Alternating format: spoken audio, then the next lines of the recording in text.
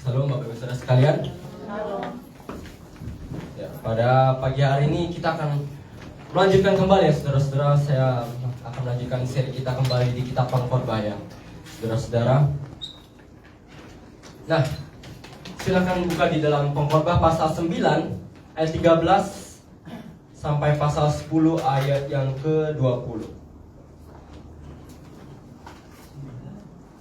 9 ayat 13 sampai pasal 10 ayat yang ke-20.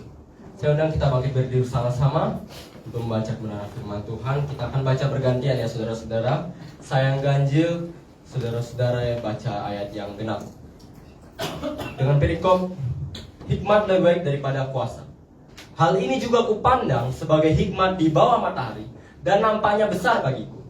Ada seorang yang berduduk di atas berapa, seorang raja yang mengamuknya dan mereka menembak pengamukan yang besar darinya. Di situ terdapat seorang miskin yang berhikmat. Dengan hikmatnya ia menyelamatkan kota itu.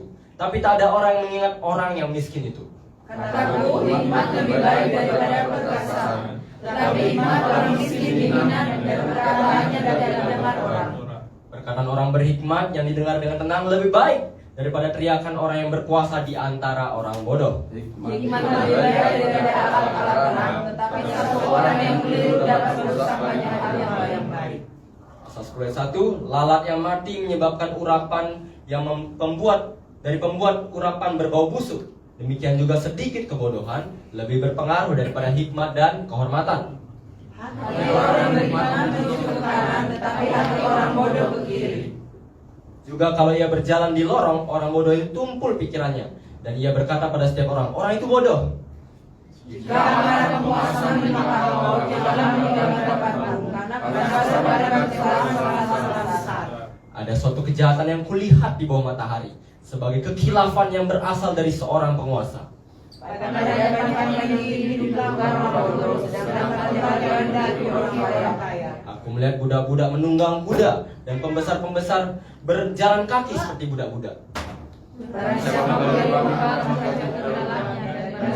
mendobrak tembok akan dipaguk pula. Barang siapa memecahkan batu akan dilukainya. Barang siapa membelah kayu akan dibahayakannya.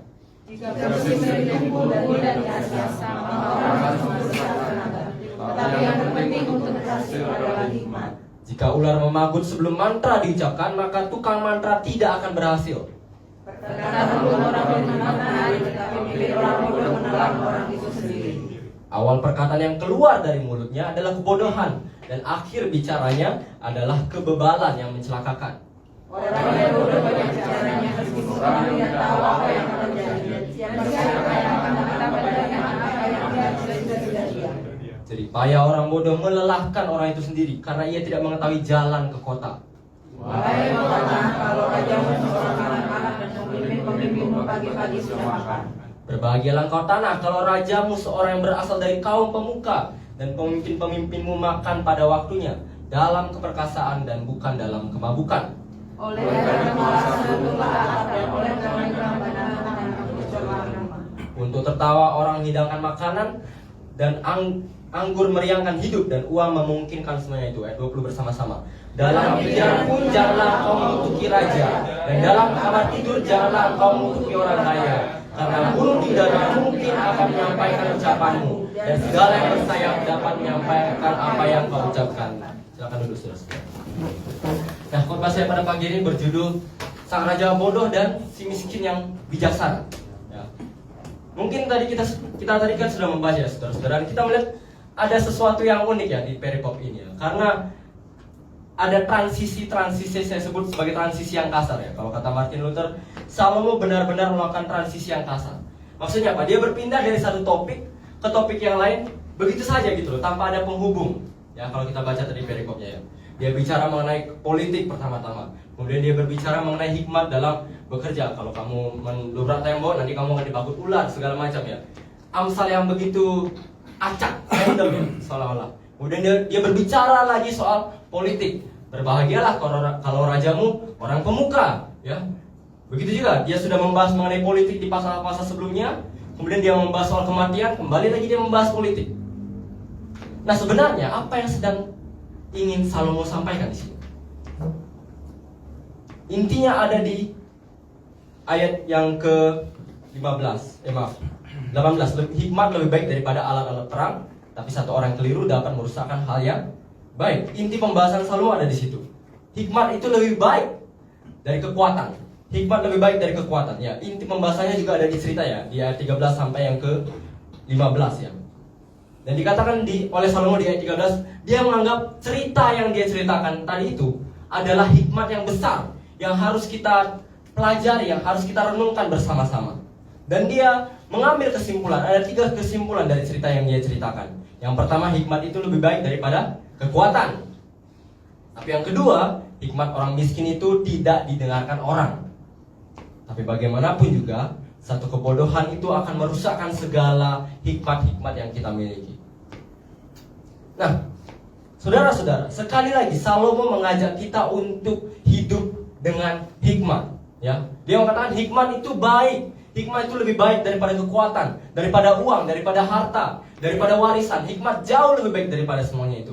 Tapi seringkali kenyataannya kita melihat hidup berhikmat itu tidak selalu bermanfaat, tidak selalu menguntungkan kita, tidak selalu mendatangkan hasilnya secepat mungkin. Tapi meskipun begitu, Salomo tetap menganjurkan kita, menasihati kita, hiduplah dalam hikmat Tuhan. Nah, di ayat-ayat berikutnya dari pasal 10 ya, pasal 10 dari awal sampai akhir, Salomo menjelaskan hikmat-hikmat apa.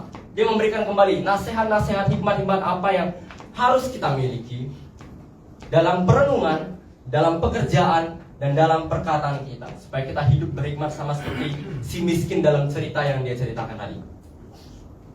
Nah, saudara-saudara, kita sudah membahas kitab Pengkhotbah ini sudah sampai pasal 10 ya sekarang ya, tinggal lagi 2 pasal ya. Dan saya mau sedikit review ya, apa saja hikmat yang sudah kita pelajari dari kitab Pengkhotbah.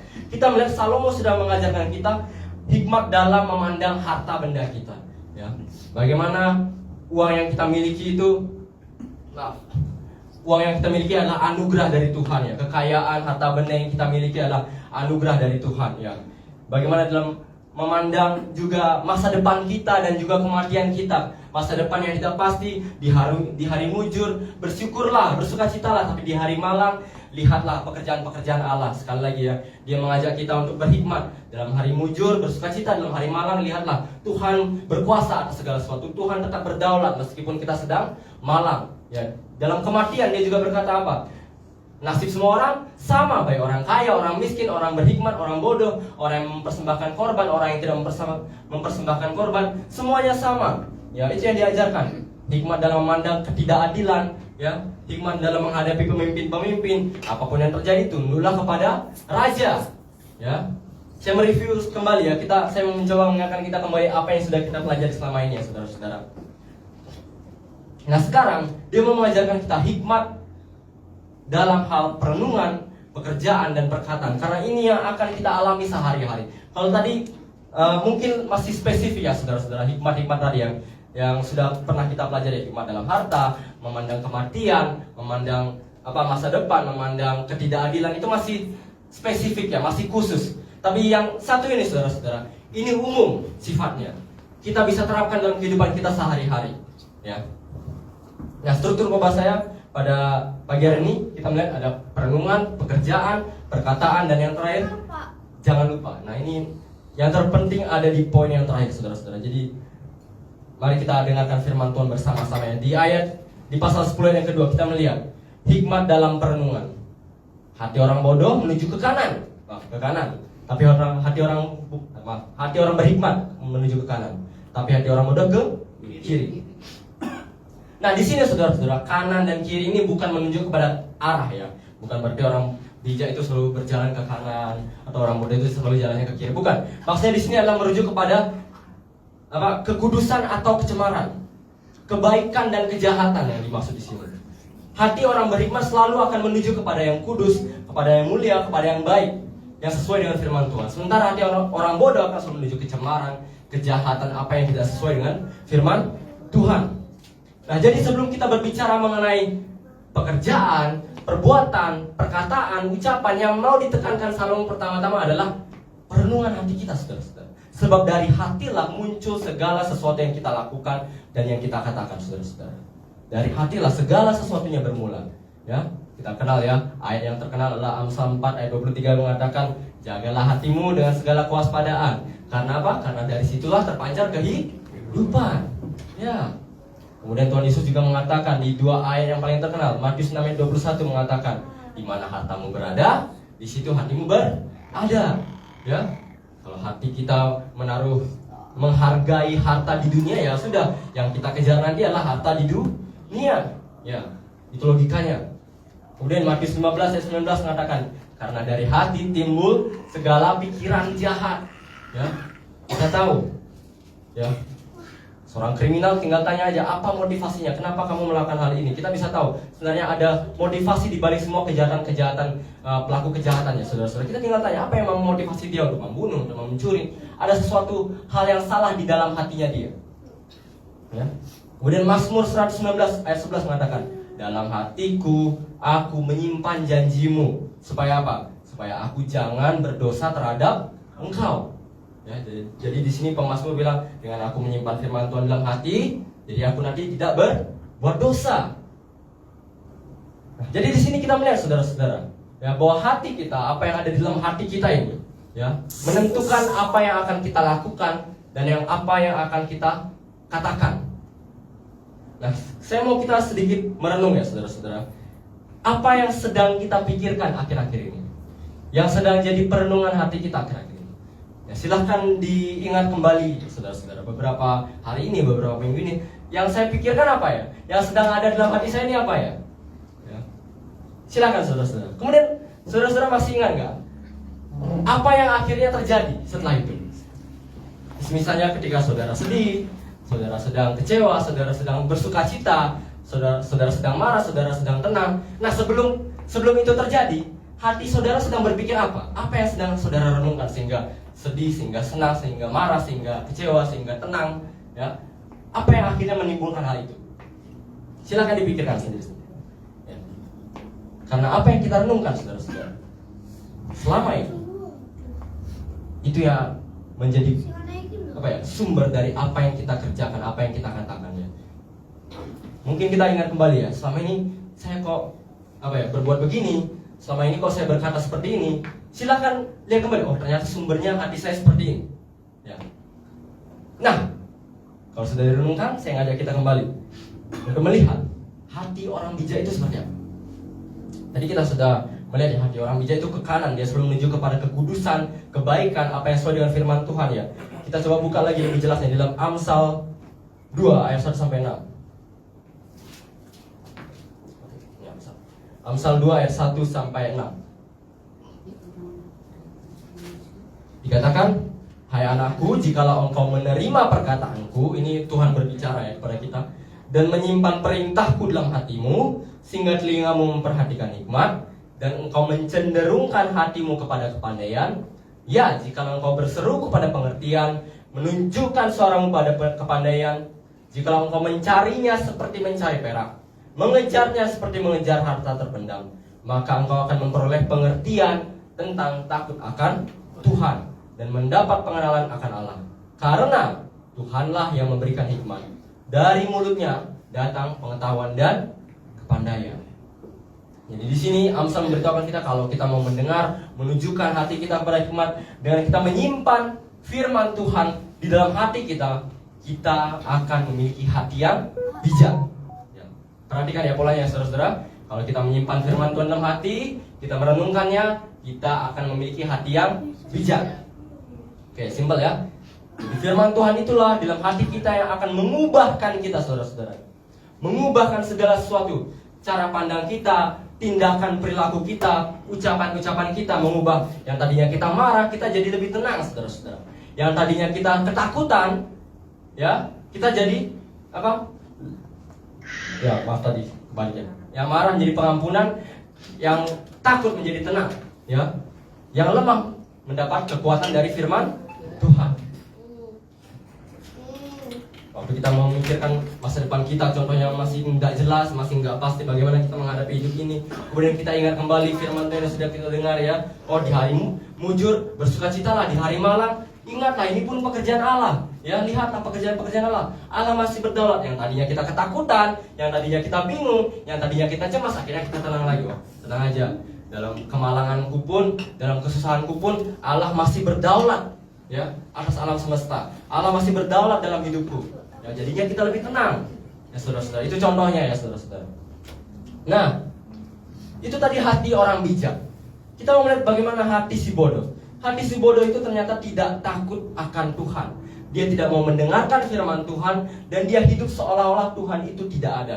Ya, Mazmur 14 ayat 1 yang mengatakan orang bebal berkata dalam hatinya tidak ada Allah. Ya. Orang bebal. Ya. Saya disclaimer sedikit ya, orang bodoh di sini bukan bodoh secara intelektual ya saudara-saudara, tapi bodoh secara rohani. Ya, perhatikan ya saudara-saudara. Bodoh secara rohani. Makanya dikatakan bodoh secara rohani itu seperti apa ya? Itu tadi tidak mau mendengar firman Tuhan, hidup seolah-olah Tuhan itu tidak ada. Ya. Dia tidak mau dituntun firman Tuhan, merasa dirinya lebih bijak. Dia tidak mau percaya pada apa yang Tuhan firmankan dalam hidupnya. Seolah-olah mengatakan, aku lebih pintar dari kamu Tuhan. Ya. Aku lebih tahu caranya hidup. Aku lebih tahu caranya hidup daripada firman Tuhan. Dia tidak percaya pada firman Tuhan, tidak percaya pada perintahnya, tidak percaya pada janji-janji Tuhan. Ya.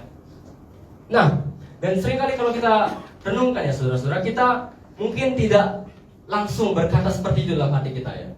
Tidak ada Tuhan. Mungkin kita tidak langsung mengatakan seperti itu, tapi dari tindakan kita, dari ucapan kita, ya, kita berlaku seperti itu. Ya, seolah-olah Tuhan tidak ada waktu kita sedang takut. Kita sebenarnya meskipun tidak langsung ya saudara-saudara, kita sedang berpikir Tuhan tidak ada. Ya. Tidak ada Tuhan yang mengontrol hidupku, tidak ada Tuhan yang mengendalikan hidupku, tidak ada Tuhan yang memegang kehidupanku. Jadinya kita takut akhirnya. Meskipun kita tidak langsung bilang Tuhan tidak ada, tapi hati kita ini, ya seperti dikatakan Yeremia 17 ya, hati kita ini licik, ya, bisa memanipulasi cara berpikir kita, cara tingkah laku kita, perkataan kita. Hati kita ini sangat licik saudara-saudara.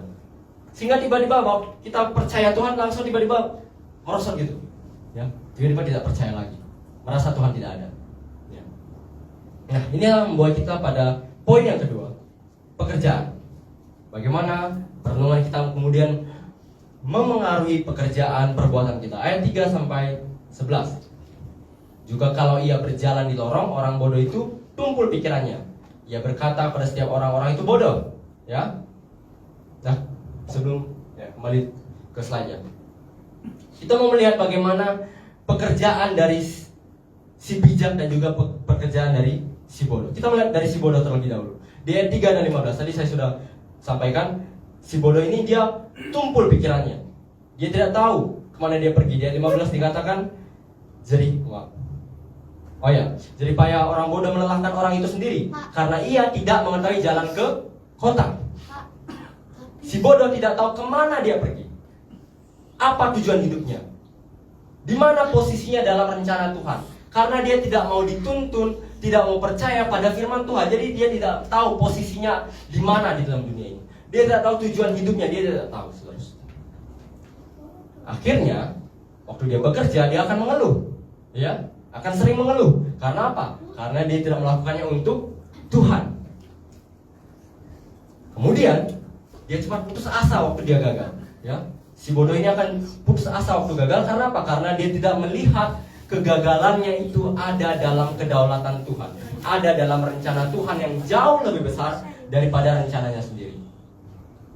Ya, makanya ini dikatakan orang bodoh tidak tahu jalan ke kota. Dia tidak tahu kemana dia harus pergi, apa tujuan hidupnya, apa yang harus dia kejar. Dia tidak tahu.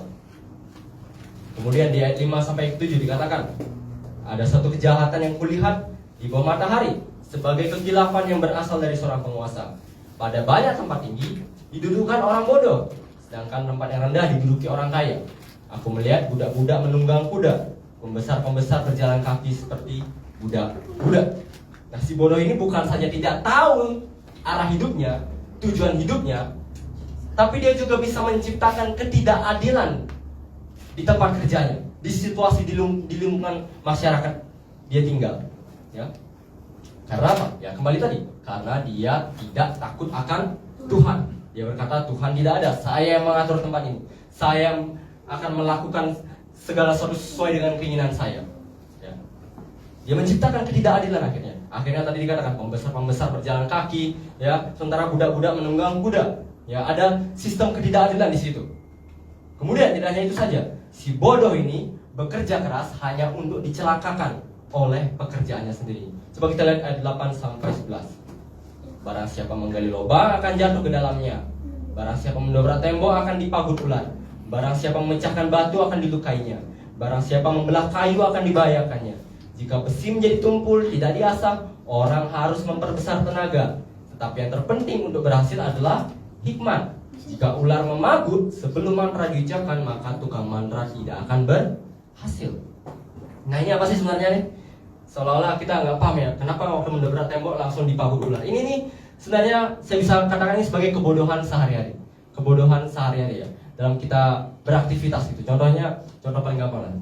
Menurut saya ada, mungkin kalau saudara lihat di depan ada batu bata yang untuk jalan naik ke motor itu kan ada batu bata yang taruh di samping itu kan. Itu kan untuk buat saya nahan spanduk warung kami itu supaya nggak diterbangin angin, jadi saya taruh di situ. Nah, suatu saat saya nggak kembalikan ke pojokan situ lagi. Saya taruh cuma sampai di tengah jalan gitu. Nah, waktu malam saya mau masukin motor, saya kesandung nih sampai kena kuku saya terkelupas. Ini kan itu kebodohan sehari-hari. Ya. Kebodohan sehari-hari karena saya nggak menempatkannya lagi di tempatnya semula, ya saya kesandung lah. Ya. Itu yang sedang diucapkan Salomo di sini. Waktu kamu memasang perangkap, kamu lupa perangkapmu di mana, ya kamu terperangkap sendiri. Waktu kamu mendobrak tembok, kamu nggak periksa dulu nggak periksa entah didengar apanya, nggak tahu ada ular di dalam, akhirnya dipagut ular. Kamu mengucapkan mantra sebelum ular memagut, ya sudah, kamu langsung dipagut ular. Itu aja intinya. Nah, dari sini, dari kebodohan sehari-hari ini, saudara-saudara, Salomo ingin kita melihat kebodohan ini bisa diterapkan pada kebodohan spiritual tadi itu, kebodohan rohani itu tadi ya, saudara-saudara.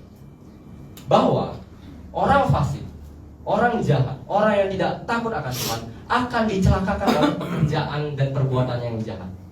Ya memang ya, ada orang-orang jahat, orang-orang fasik yang berhasil ya, saudara-saudara. Sebentar lagi saya akan berikan contohnya ya.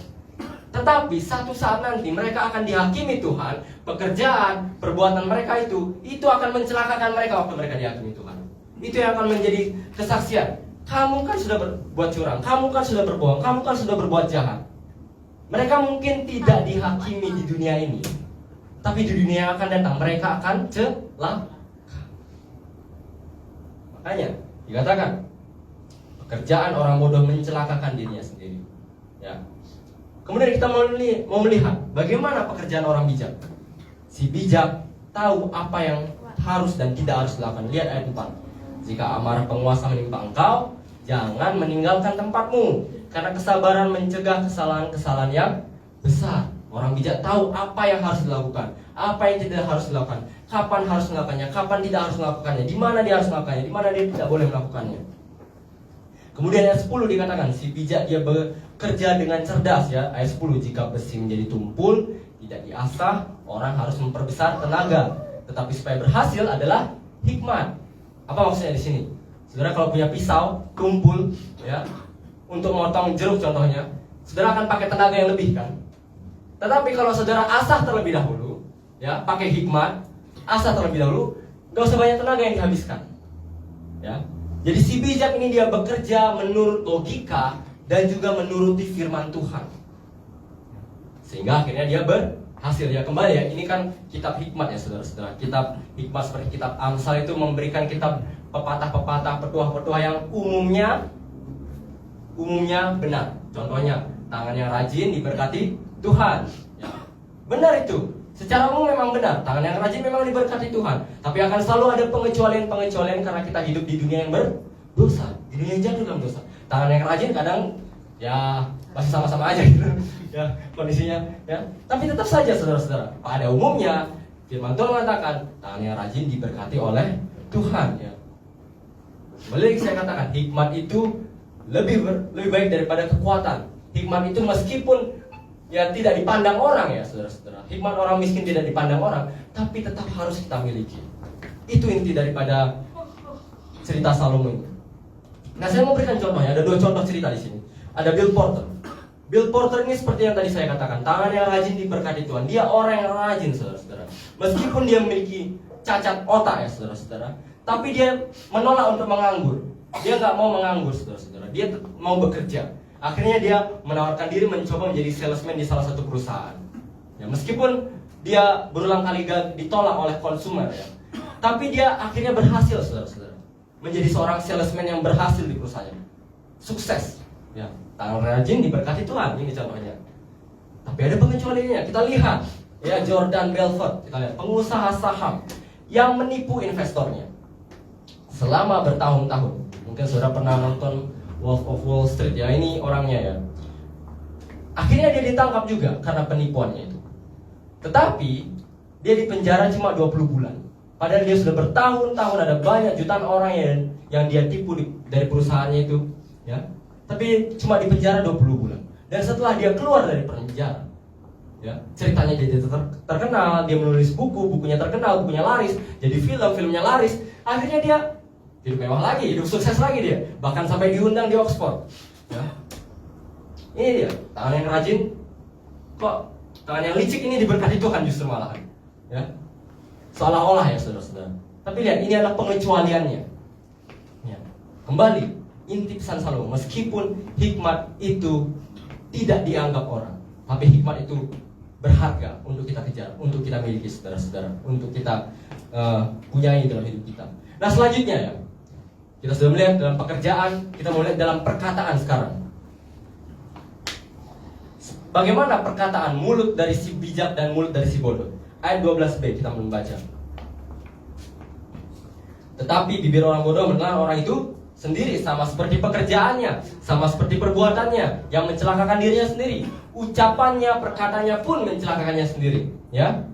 Perkataan yang lahir dari hati yang bodoh mencelakakan dirinya. Tidak ya, bukan saja di dunia yang sekarang ini ya, saudara-saudara, tapi juga di dunia yang akan datang.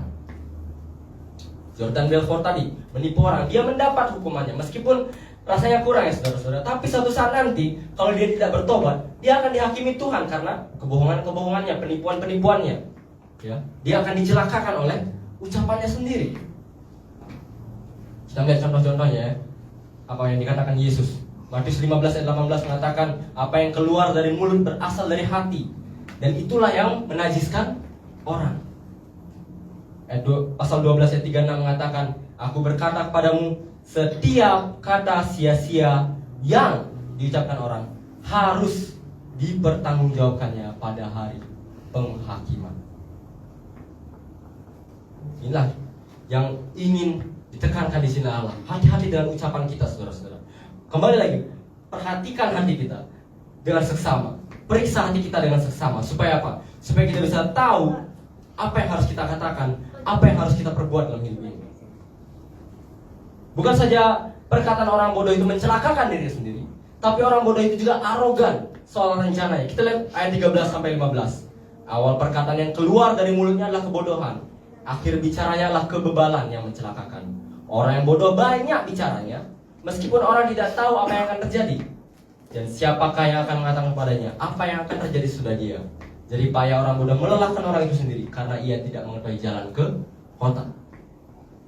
Ya, Salomo sudah berulang kali memberitahukan di kitab Pengkhotbah ini, berulang-ulang kali bagaimana masa depan itu tidak pasti, bagaimana kematian itulah yang pasti yang akan menjemput kita, bagaimana kita tidak bisa mengontrol kehidupan kita, masa depan kita. Tapi si bodoh ini, saudara-saudara, dia masih sombong, dia masih arogan, dia masih merasa berkuasa atas waktu, atas masa depannya. Ya, dia merasa masih bisa berkata, hari ini kita akan pergi ke kota Anu dan besok kita akan berdagang, berusaha, membuat suatu usaha, dan kita akan berjuang menciptakan untung. Ya, merasa dirinya masih berkuasa atas masa depannya sendiri. Dia tidak mau mendengar kata pengkhotbah, kata firman Tuhan yang mengatakan, kalau Allah menghendaki maka kita akan melakukan ini dan itu. Ya. Itu saudara-saudara. Di ayat yang ke-16 sampai 19 ya, kita melihat kembali bagaimana mulut si bodoh. Wahai engkau tanah, kalau rajamu seorang kanak-kanak, pemimpin-pemimpinmu pagi-pagi sudah makan. Berbahagialah engkau tanah, kalau rajamu seorang yang berasal dari kaum pemuka. Pemimpin-pemimpinmu makan pada waktunya, dalam keperkasaan dan bukan dalam kemabukan. Oleh karena kemalasan runtuhlah atap, oleh karena kelambanan tangan bocorlah rumah. Untuk tertawa orang menghidangkan makanan, anggur meriangkan hidup, dan uang memungkinkan semuanya itu. Nah di sini saudara-saudara, Salomo mengkontraskan ya, bagaimana dua raja, yang satunya bodoh, yang satunya bijak, bagaimana mereka hidup. Raja yang bodoh ini, dia bersuka cita dalam kemalasannya, dia bernyanyi-nyanyi dalam kemalasannya. Coba dilihat ayat 19. Ayat 19 itu adalah nyanyian dari si raja bodoh untuk menghidangkan, untuk tertawa, hidangkan makanan. Anggur itu meriangkan hidup, uang memungkinkan segala sesuatu. Itu nyanyian dari si raja bodoh ini ya. Karena dia tidak menganggap pekerjaan itu sebagai karunia, sebagai anugerah dari Tuhan. Dan dia justru menganggap bahwa berkat-berkat, kelimpahan itu sebagai keharusan, berhala yang harus dia miliki. Nah, sementara kita melihat bagaimana perkataan orang bijak. Di ayat 12a, perkataan orang bijak itu menarik hati, saudara-saudara.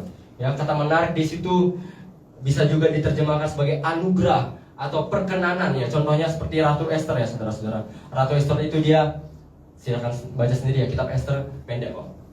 Bagaimana dia berhasil meyakinkan Raja Ahasiweros untuk menyelamatkan bangsanya, menyelamatkan orang-orang Yahudi. Dengan cara apa? Dia sabar, dia tahu kapan dia harus bicara, kapan dia harus memberitahukan supaya bangsanya diselamatkan. Ya, dia akan membuat dua pesta dua kali, saudara-saudara, untuk Raja Ahasiweros. Di pesta yang pertama itu dia belum mau ngasih tahu permohonannya kepada raja. Tapi kemudian di pesta yang kedua baru dia beritahukan kepada raja permohonannya untuk menyelamatkan bangsa Yahudi.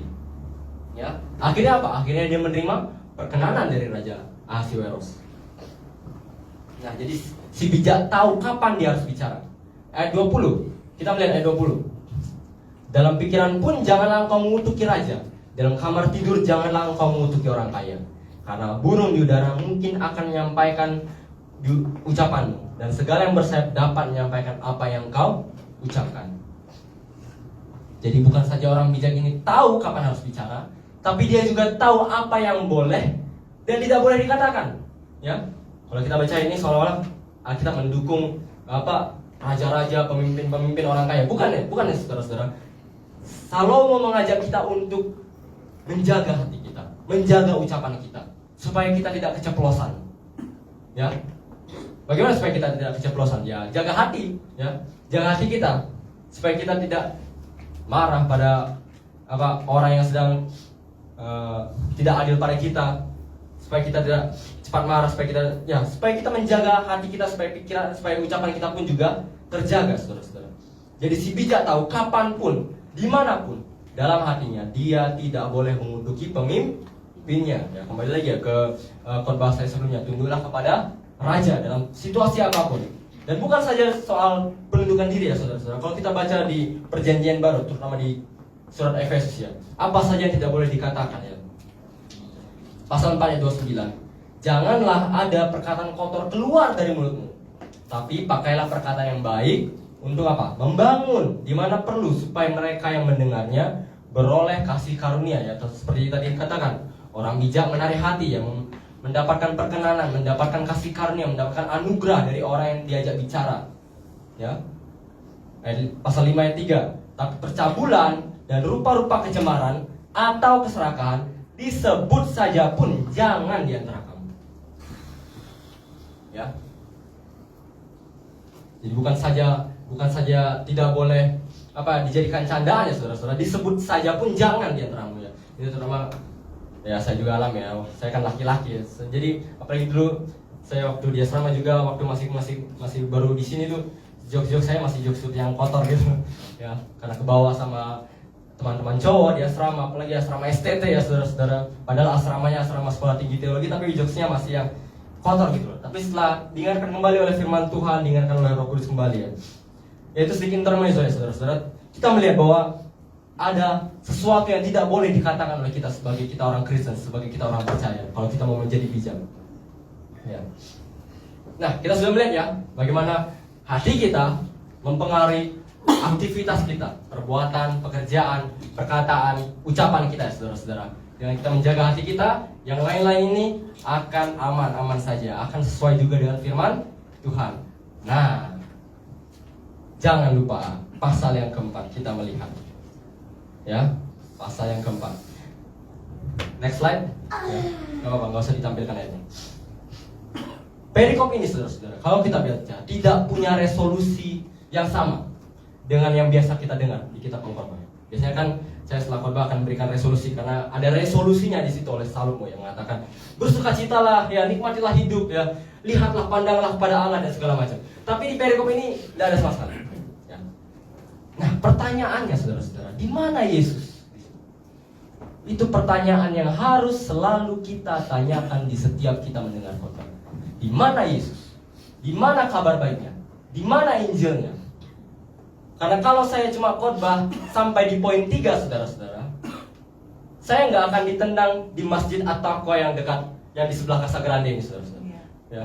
Saya nggak akan ditendang dari masjid. Saya cuma khotbah dari pasal 1 sampai 3 aja. Mereka, makasih ya Mas Jonan ya, besok ceramah di sini lagi. Nggak akan saudara, nggak akan ditendang saya akan diterima lagi. Tapi yang membuat khotbah Kristen adalah khotbah Kristen adalah Injilnya. Amin. Kabar baiknya apa? Saya di pasal 1 sampai 3 ini adalah pendahuluan. Saya kasih kita hukum Tauratnya, kalau bisa saya katakan. Perintah-perintahnya, nasihat-nasihatnya.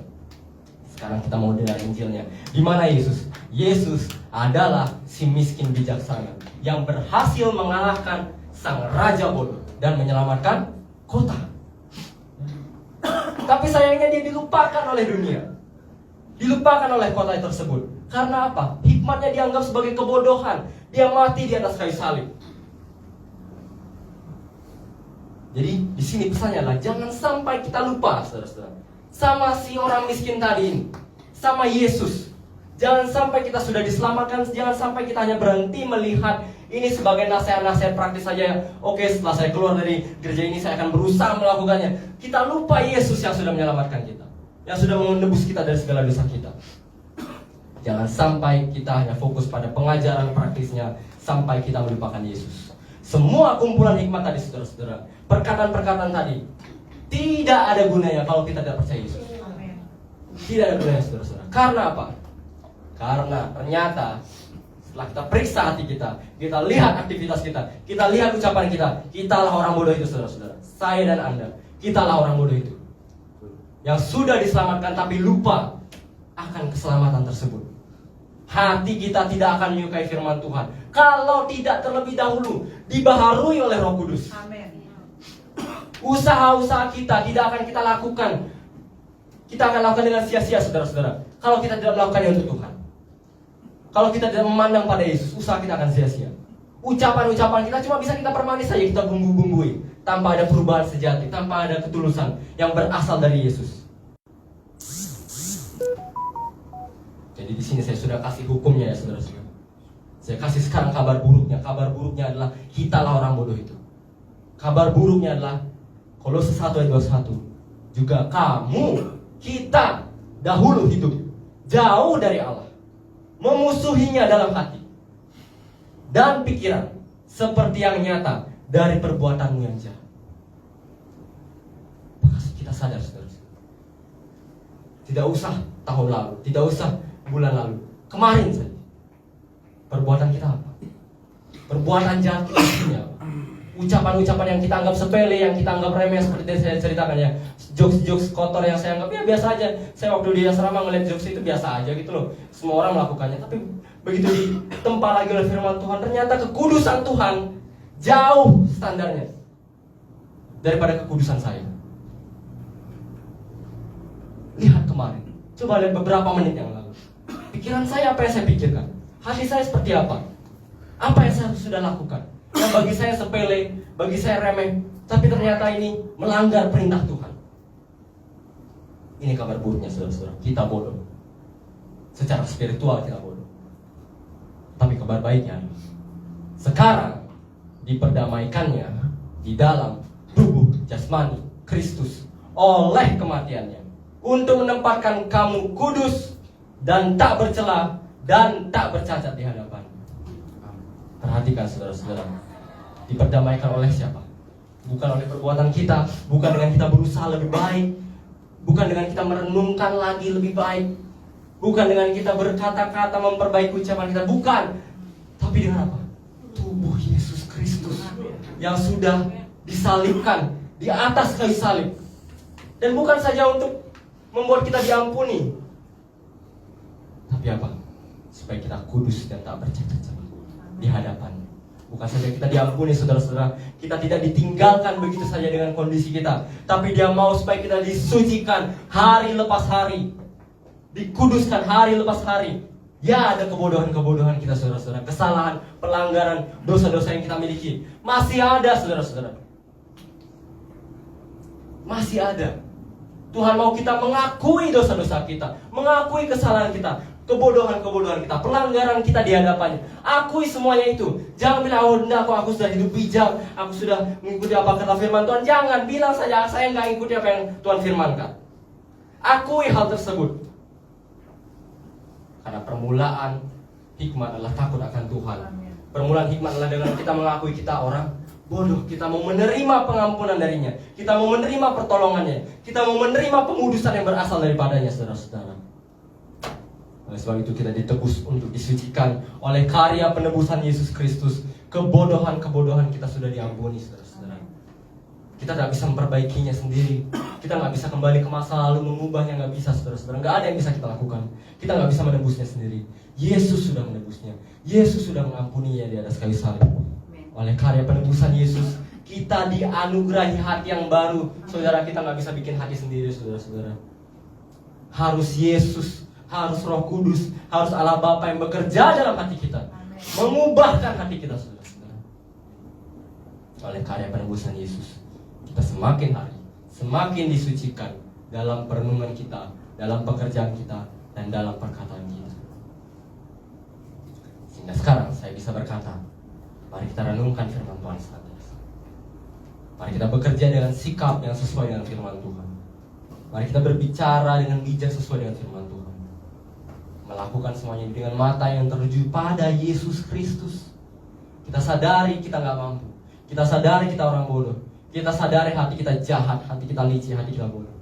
Bawa pada Tuhan, minta pengampunannya, minta pertolongannya supaya kita hidup bijak sama seperti Dia. Amin. Tuhan Yesus berkati. Mari kita berdoa.